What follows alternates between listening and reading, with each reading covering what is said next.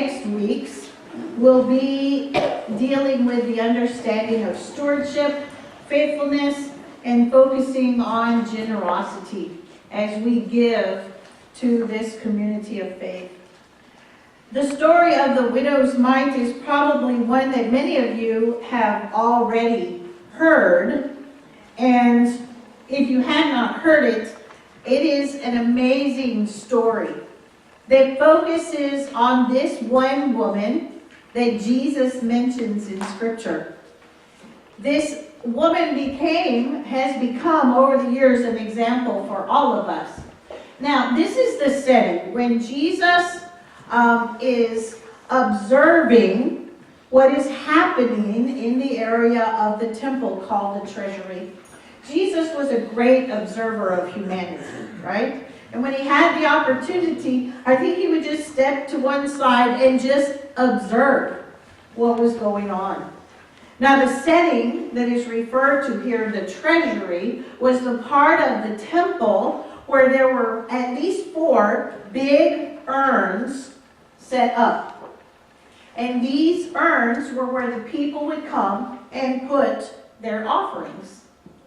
And the tradition for many, those who were very wealthy, very famous, those who had a lot of power and clout in the society at the time, was they would come in with all kinds of fanfare, even to the point of occasionally, having trumpets blaring. So people would move out of the way and they could process, up to those urns and very, magnanimously, right?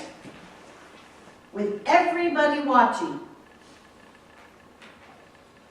put their generous gifts into the urns. Jesus tells us in Matthew 6, 5, and 6 that he talks about people who want to make sure that everybody knows what they're giving and how generous they really, really are.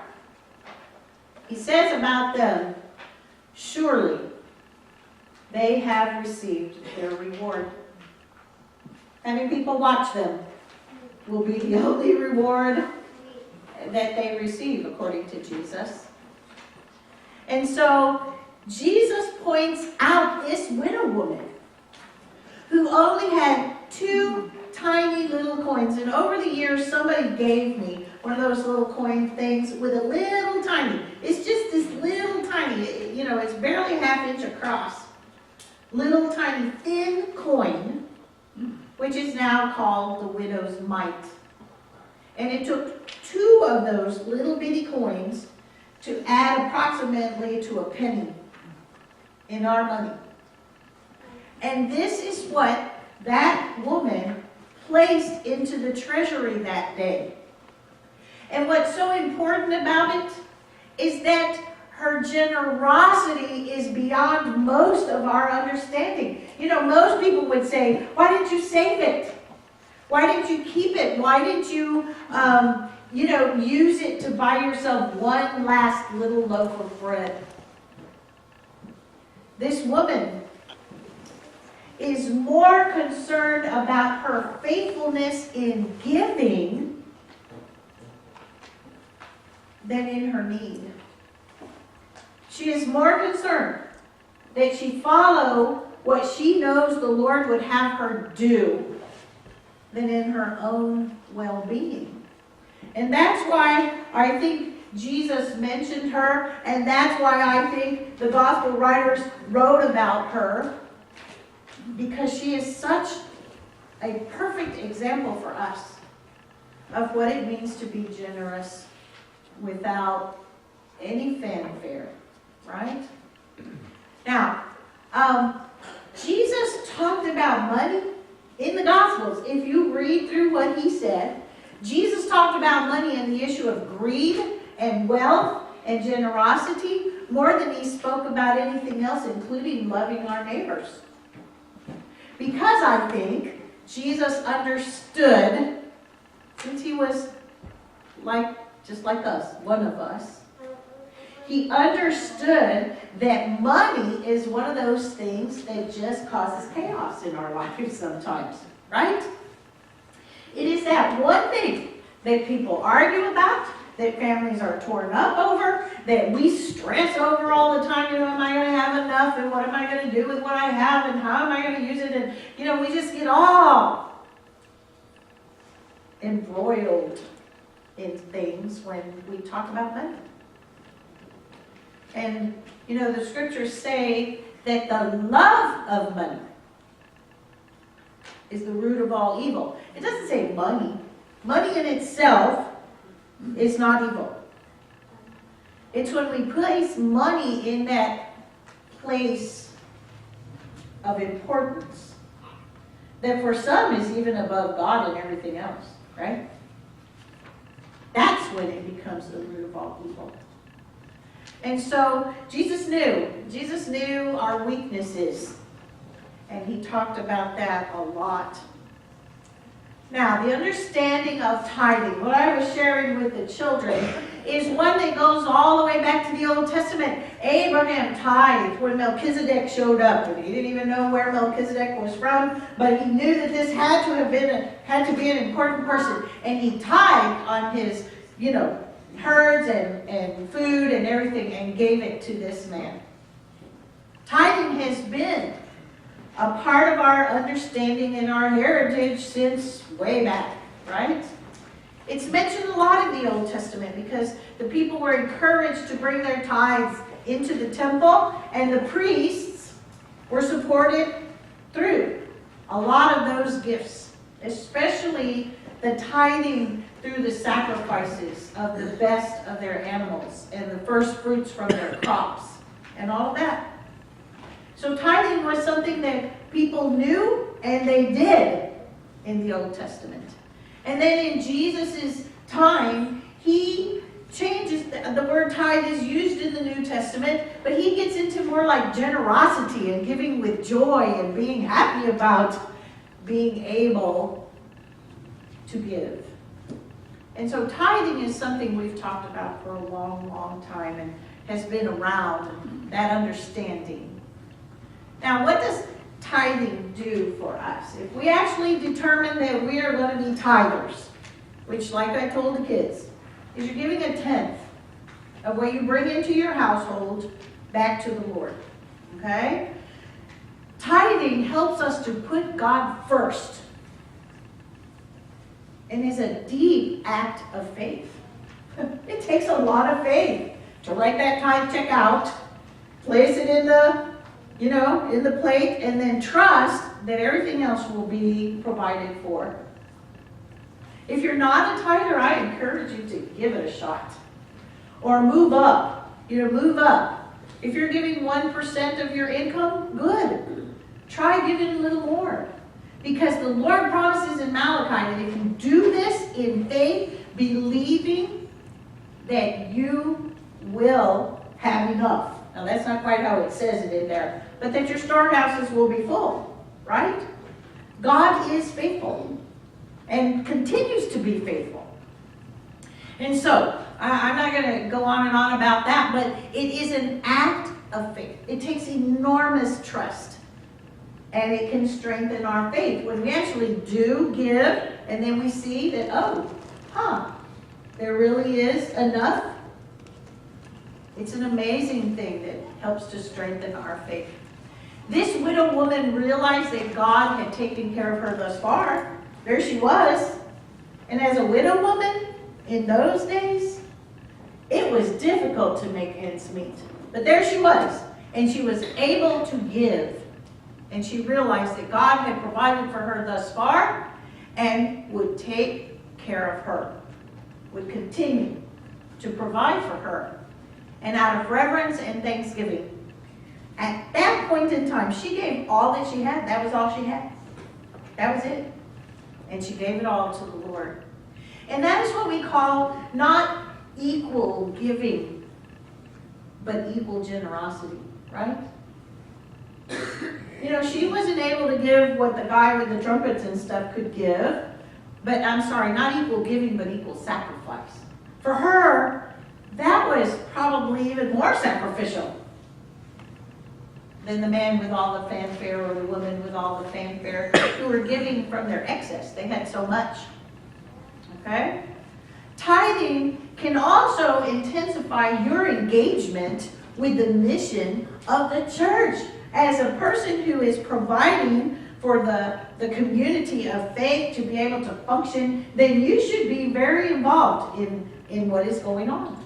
It helps you to have more of a concern for the ways in which that money is being used. And as United Methodists, you know, when you put money in the offering plate, you're trusting that your administrative council or administrative board or whatever church, you know, different churches call different things, but our administrative board will make judgments that are wise and good in how that money is used. That builds your faith too, doesn't it? Because you have to trust that we will do the best we know how with what is provided. And we promise that we will. That's our job. That's our job. So through your giving, the church's mission can become part of your own mission. And next week, today I'm talking about more technical like tithing and things. Next week, most of the sermon is going to be about the ways in which this church is using the money that is received. Oh, you'll be surprised. You'll be surprised. So be here next week, same time, same channel, okay? Next week. Because that's going to be the sermon. How is all the money that you so generously and faithfully give being used? How is that being used? How you spend, how you save, and how you give reflects your sense of mission. Your sense of mission. John Wesley said, you know, and he's the founder, right, of Methodism, and the kids heard that. Gain all you can, save all you can, and give all you can.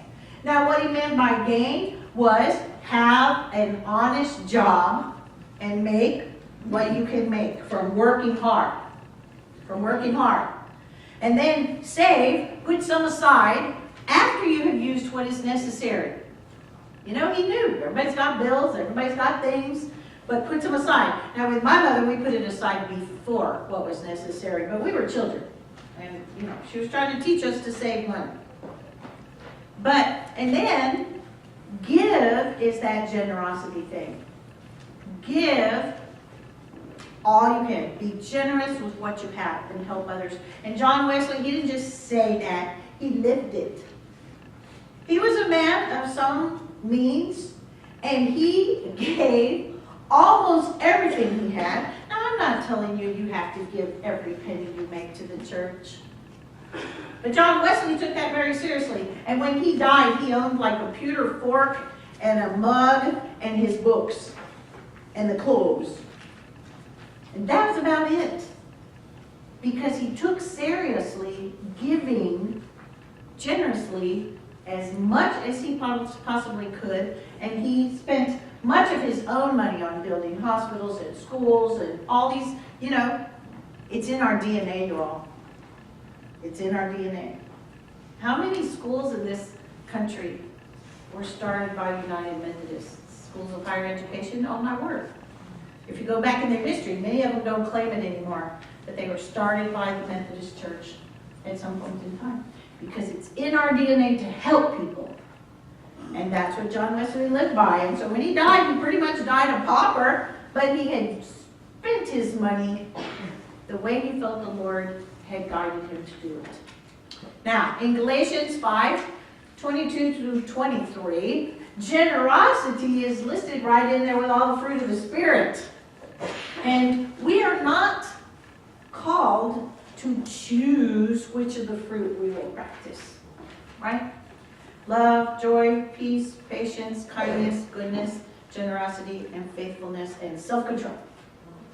Those are that list. And it's not called the fruits of the Spirit, where you can pick, you know, today I'll do love, and I'll just be loving all day long. And maybe tomorrow I'll do kindness. And maybe next week I'll try to be patient. I'll admit that patience is not my, like, right at the top of my virtue list. It is not. And if somebody tells me they're going to be there and they don't show up, I'm like, you know, and I hate waiting in line for stuff, and I'm just not, that kind of thing is, I have to work on that all the time. And you notice, I said I have to work. I can't choose not to be patient. That's not what the Lord asked us to do. I have to work on that. And so that's where, and generosity is right there in that list. We're not told to be generous when we feel like it. We're told that we're supposed to be generous.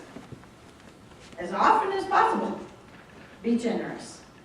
And so as Christians, we are called to bear all the fruit of the Spirit, and strive to make them a part of who we are each and every day.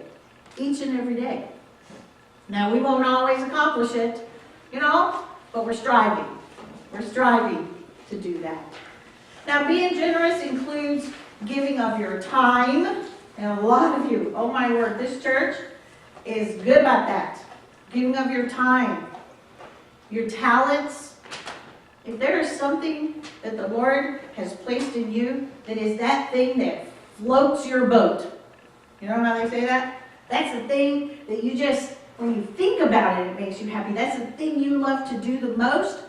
That is your talent. And that, and talents and fruit and gifts of the Spirit are different kind of deals. Your talents are just those things. Like Becky has the talent of playing the piano, and she uses it for the Lord. Thank you, actually. Thank you so much. And so that's what I'm talking about. That's generosity, when you use those things, those abilities that you have for the ministry and in the Lord's name. And then your money. We're used to use our time, our talents, and our money. Your generosity makes a huge difference in your life, and in the lives of others. It can be life-changing. Today, each of you, each family, and they may just give one to everybody because it's easier that way, but as a family, you only need to fill out one. Each of you is going to receive a commitment card. You've seen these before over the years. If you're a United Methodist, you've seen them before. This one says, "My commitment to God's work in the world. With gratitude for all our blessings, our 2019 financial commitment to First United Methodist Smithville is," and we're so 21st century, one of the little check marks is, "I plan to use electronic fund transfer." You can do that, straight from the bank to the church. But then you mark. You either check per week, per month, or per year, and how much you plan to give. And we all understand that this is a commitment, and the way I say it is, if the Lord doesn't return, the creek don't rise, this is what you plan to give for 2019. Okay? We all know that things happen. Fires, floods, you know, all kinds of weird stuff can happen in your life that changes your financial ability to give, and we understand that. But as far as you know, in faith believing, this is what you hope to give. And the verse at the bottom is 2 Corinthians 9:11. "You will be enriched in every way for your great generosity." So I'm encouraging you to fill these out. Now, I know there are people that say, what I give is totally between me and God. Yes, it is. But when you fill one of these out, you're helping your church, your administrative council, those who are, you know, dealing with the programs and the ministries and all of the stuff in this church, to have some kind of idea about whether we may or may not meet our budget for the year. It helps us to make wise decisions when we're working on budgeting and funding and stuff. The only person who will see this is Courtney. She's the treasurer. And maybe the finance chair. But anyway, Courtney. And I won't, all I'll see is a total at the end of what the pledges add up to. Okay? So you need to, you don't need to, I am asking you to. Please fill these out. Okay? because it is helpful to the church, and they will be kept private. That I can promise you. All right? And so the ushers are going to come. Have they already been passed out? They're going to come and pass those out to you right now. You will not bring them back next week, because next week we will be talking about the mission and ministry of this church and all the amazing things that happen through this community of faith. You will be asked to return them on February, the first Sunday of February. I think that's the 3rd, I think. Okay? And we will have a little blessing and all that, and you'll be asked to bring them up and put them up here on the altar. But that will not be until February 3rd. And please hear me again. It's not equal giving, it is equal sacrifice. So your gift to the Lord is your gift to the Lord in faith. I encourage you to take it home, pray over your decision, fill it in, and then return it to the church in 2 weeks. My husband and I will have one, and we will turn ours in. And so I encourage you to do likewise. Next week, as I've already said, we will look into all the ways in which your gifts are used, and hopefully even some ideas about future use.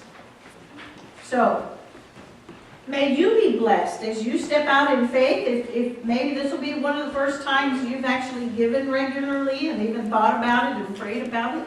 May we all be blessed as we take this step of faith into being what the Lord calls us to be when it comes, and doing what the Lord calls us to do when it comes to our finances.